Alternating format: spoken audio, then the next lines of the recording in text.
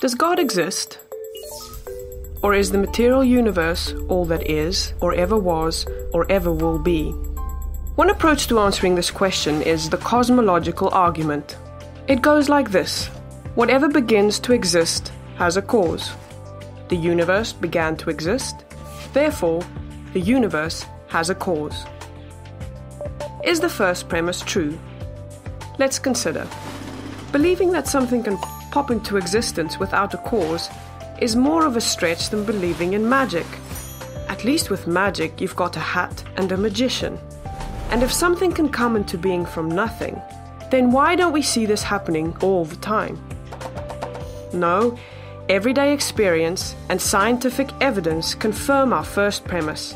If something begins to exist, it must have a cause. But what about our second premise? Did the universe begin, or has it always existed? Atheists have typically said that the universe has been here forever. The universe is just there, and that's all. First, let's consider the second law of thermodynamics. It tells us the universe is slowly running out of usable energy. And that's the point.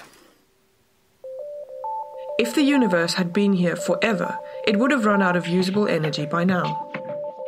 The second law points us to a universe that has a definite beginning. This is further confirmed by a series of remarkable scientific discoveries.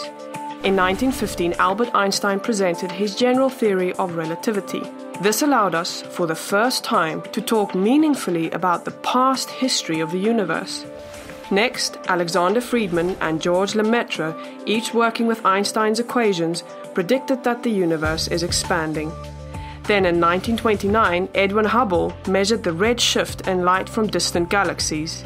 This empirical evidence confirmed not only that the universe is expanding, but that it sprang into being from a single point in the finite past.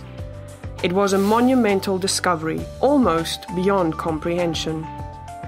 However, not everyone is fond of a finite universe, so it wasn't long before alternative models popped into existence. But one by one, these models failed to stand the test of time. More recently, 3 leading cosmologists, Arvin Bord, Alan Guth, and Alexander Vilenkin, prove that any universe which has on average been expanding throughout its history cannot be eternal in the past, but must have an absolute beginning. This even applies to the multiverse, if there is such a thing. This means that scientists can no longer hide behind a past eternal universe. There is no escape. They have to face the problem of a cosmic beginning. Any adequate model must have a beginning, just like the standard model. It's quite plausible then that both premises of the argument are true. This means that the conclusion is also true. The universe has a cause. And since the universe can't cause itself, its cause must be beyond the space-time universe. It must be spaceless, timeless, immaterial, uncaused, and unimaginably powerful, much like God.